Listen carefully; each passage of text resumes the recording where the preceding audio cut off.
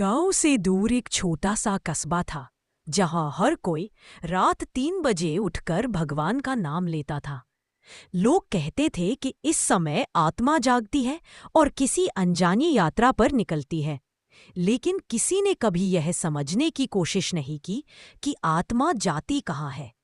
रवि नाम का एक नौजवान लड़का हाल ही में शहर से लौटा था। उसे इन सब बातों पर विश्वास नहीं था। उसके दादा अक्सर कहते, बेटा, रात के 3 बजे ब्रह्म मुहूर्त होता है, तब आत्मा और ब्रह्मांड के बीच की दूरी सबसे कम होती है। रवि हंस देता, दादा, ये सब आपकी पुरानी कहानियां हैं।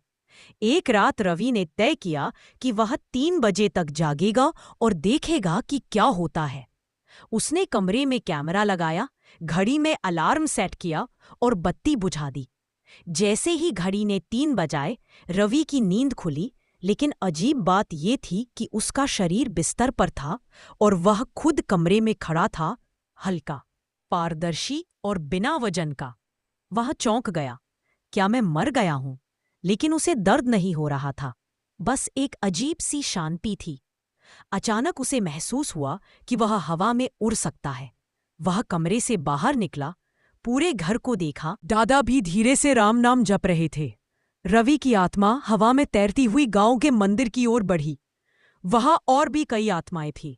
कोई बुजुर्ग, कोई बच्चा, कोई साधु, सभी बिना बोले एक दूसरे को देख रहे थे। एक साधु ने रवि की ओर देखा और कहा, अब तुम समझे कि आत्मा कहाँ जाती है?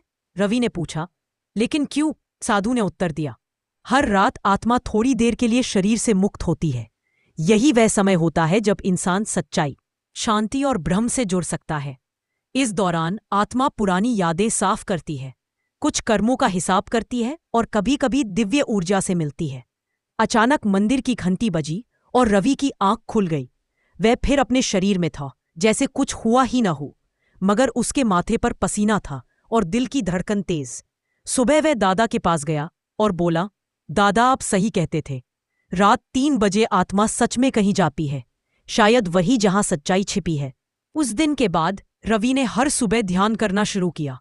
वह अब जान चुका था, आत्मा का सफर हर रात होता है, बस हमें उसे महसूस करने की कला सीखनी